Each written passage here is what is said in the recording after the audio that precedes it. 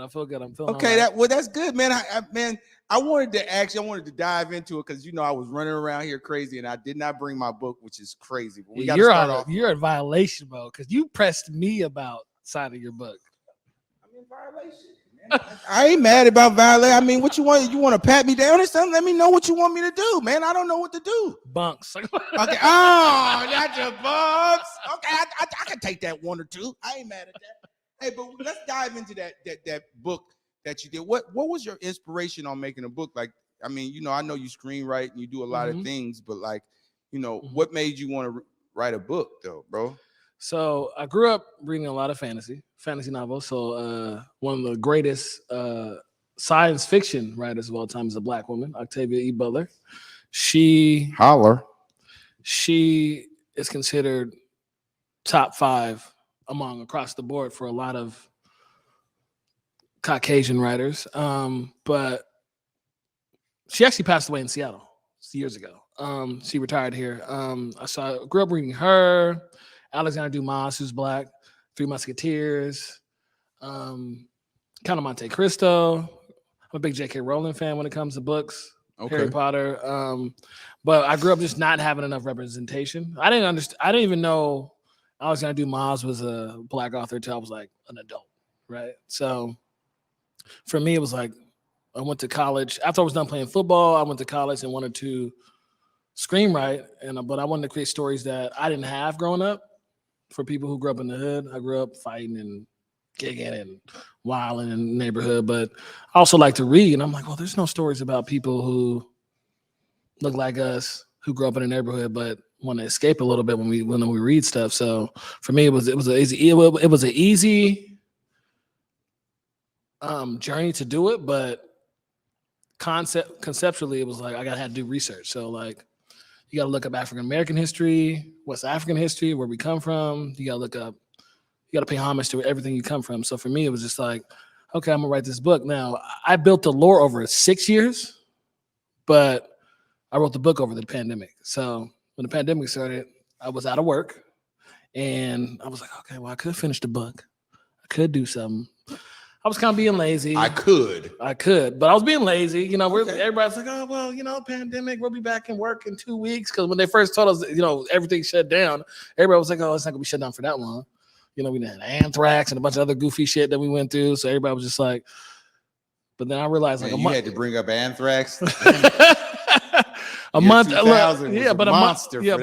in, we're like, oh no, shit shut down for real. So I sat back, I worked on some screenplay stuff, and then I was like, oh, I can finish this book now. So I wrote the first draft, let it simmer a little bit, and I came back and I did 2 more drafts, and I was like, okay, I gotta find a cover illustrator. My boy Devontae Toon, Instagram. Come on, Devontae Toon, holla at your boy. I need you on the show. And we came up a middle ground, and then I started working on a comic book and did a bunch of other shit. But I eventually released a book, and people ended up liking it. So it was a fun little thing going on. Yeah, little thing is what you're gonna say. That's what I'm gonna say because I got more stuff to do. Yeah, of course we all do. We gotta give you flowers right now. I mean, appreciate you. You from the same pavement we walk on. Yes, sir. But you wrote a science fiction book. Yeah, sci-fi, fantasy. Come on, I'll at your boy. Okay. Now, what made your brain has to go in a whole different type of mode to be writing all these screenplays and then writing a book and writing comics. How do you function and kind of organize all of those ideas? Because I know me, I just don't. I take long blinks. I ain't gonna lie to you. I take long blinks. I don't sleep like that. I nap. Okay, until the idea pops up in my head, and I try to hurry up and Russell go do it. And now I'm learning how to organize it a little bit better.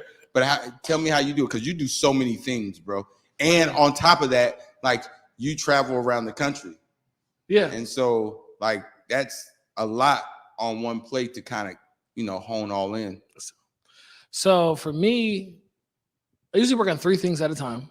That's what I noticed about myself. I didn't notice that when I was younger, but creatively, I work on 3 things at a time. So I'm genre based. I don't work on the same genre at the same time. So I can do a fantasy joint, a horror joint, and it's just a regular drama joint all at the same time because I'm not dipping into the same lore kind of thing. Mm-hmm. It's really hard for me to do.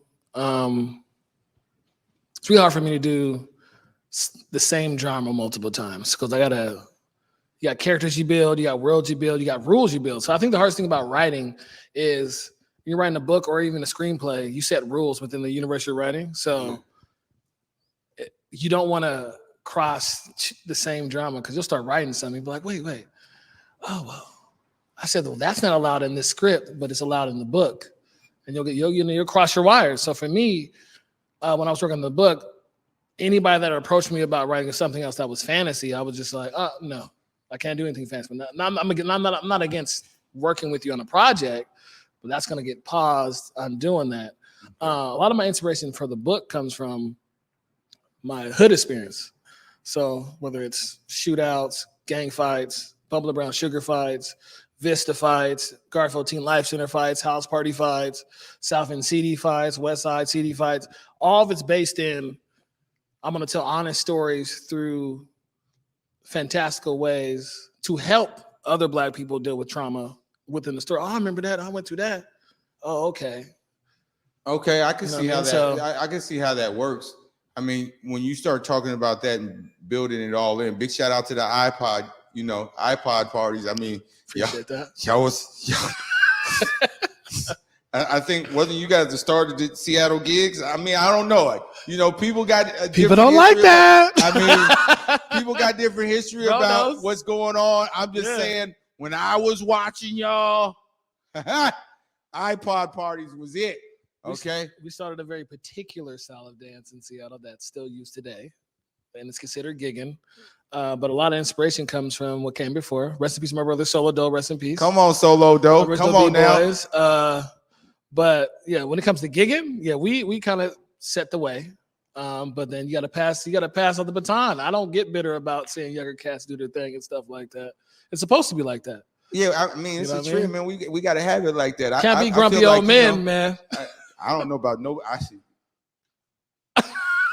Is anybody around here being grumpy? Because my not in here. Not in here. Okay, don't come off in here with that. Okay. Yeah, what about that? Don't come off. In here I don't got that, the same needs anyway, so I hope somebody's doing it better than I do. Yeah, I mean, I can still get busy. It was kind of legendary. You know what I mean? Yeah. But I wanted to ask you, like, you've lived outside of the country. Yes, sir. And you made a decision a couple of days ago that you're going to go back, you're going to live back outside of the country. Well, I announced that I was moving. You're announcing. The decision was made before. Normally, when you announce something, you're normally going to do it. I mean, normal. Yeah. Announcement, told, you put it in the atmosphere. So, I mean, you put it in the atmosphere, it's going to happen. Mm-hmm. I mean, I think, especially with, great-minded people, put it in the atmosphere for a reason. Mm-hmm. Either we're trying to reach that goal or we're trying to have somebody else help us reach that goal. One of the two. Yes, you know sir. what I mean? So, you decided to go to London. First of all, why London?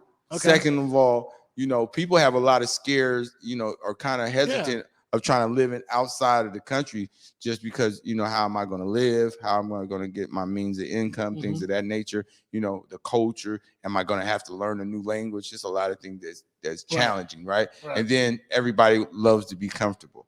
But, tell me how you came about and said, you know what? I got this.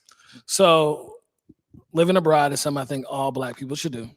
I think it's hard to do for a lot of people because a lot of people don't get out their neighborhoods. That's a whole nother thing, right? A lot of people just stay on the block or stay in the city or, stay where they're at. They'll stay in their country sometimes. They'll go to Vegas or Miami or Atlanta or New York, which is important. I think if you got enough courage to leave your hood, that's tons of courage in itself. For me, my first time leaving the country when I was 16 for track and field, I got to go to China. And that's when the first bug happened. So I did like an exchange student China thing for track and field. And I got to go to Hong Kong, Guangzhou. I got to go to Shanghai. And it was like one of those things where I was just like, oh, okay. When I was out there, I was like 16 cat from the hood. And I'm just like, oh, this is crazy.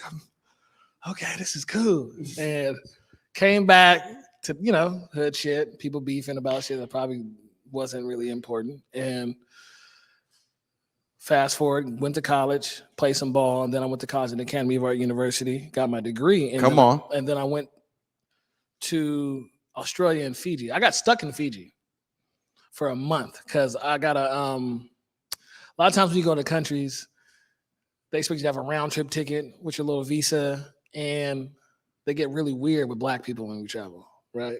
That's not a new thing. Black people get treated certain ways in some places. Okay. And the person that was running the airline was white. Not the Fijian people rocked on me. They was like, "Oh yeah, what's up?" They see my locks. They was just Bamali. I'm like, okay, I'm not Rasta, but it's cool. Okay. And so, okay, I could see the vibes though. But they were. I'm trying to remember exactly what we said. The dude that when I was ready to fly to Australia I was there for 3 days, and I was like, okay, I get to fly out, get to Australia, and do what I need to do to shoot this film. And he shameless plug, shoot this film in Australia. Oh, it's not a plug. I mean, it's reality. It's a plug, though. I hope that everybody got that. It was like the dude was just like, why don't you got a return ticket? My visa's for a year. Why isn't it an issue? That's what I told him. Like, it's for a year. As long as I'm back before this one full year ends, it doesn't matter if I got a return ticket or not. And so I had to sit in like Fiji for like a month as they deliberated about different stuff. Right. And try to. But did you have a good time in Fiji? Did they just trap you in the airport those 30 days, or you was? It wasn't a trap. This is me. So I'm okay. I'm kicking it. Okay. I don't want to go to Fiji. I mean, I heard I had a little women shout out to right. Shout out to Nadi Fiji. I had a job at a beach bar, so I was a bartender at a beach bar. That was fun. And then I got to Australia, and Australia was interesting. It was fun, but they have their native issues with Aboriginals, and that's a huge issue in that country. And they like to believe they're not racist. It looks very similar to America.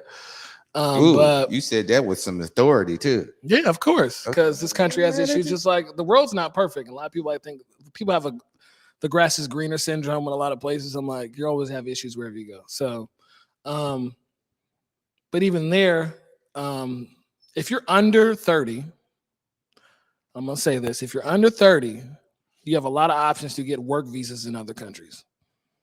It's post 30 where it gets complicated. A lot of countries have youth movement visas, which is like promotes like people who are 18 to 30 to travel, get your visa, work in other countries, usually for 6 months to a year. You might get lucky and get a 2-year somewhere, depending on the country, but it's doable. I promote students to study abroad. There you go.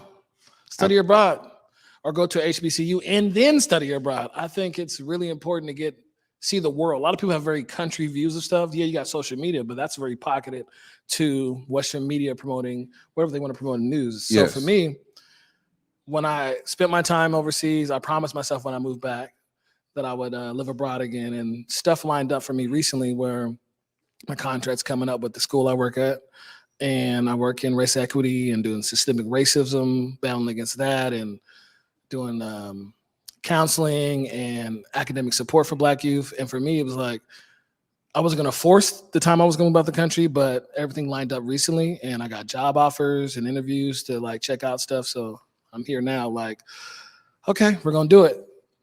Well, I ain't mad at that. Yeah. And first and foremost, before we get out of here, okay, you say you had an announcement.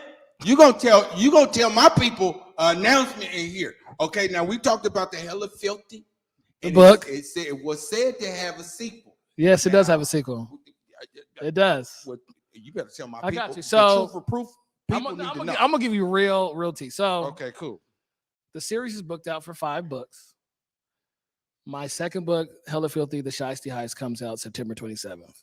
Now, I ain't mentioned that to anybody. I haven't said anything about it because people have been asking me, like, when the next book coming out, bro?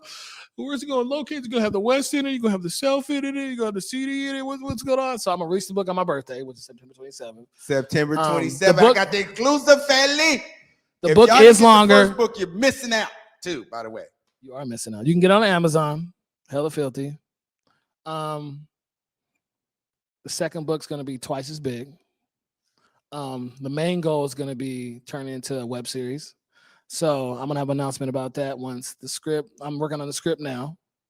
Once the script's done, I'm gonna shoot the pilot. So all you actors out there, filmmakers out, directors, DPs, cinematographers, sound designers, makeup artists, I'll be reaching out to see what you got going on. So yeah.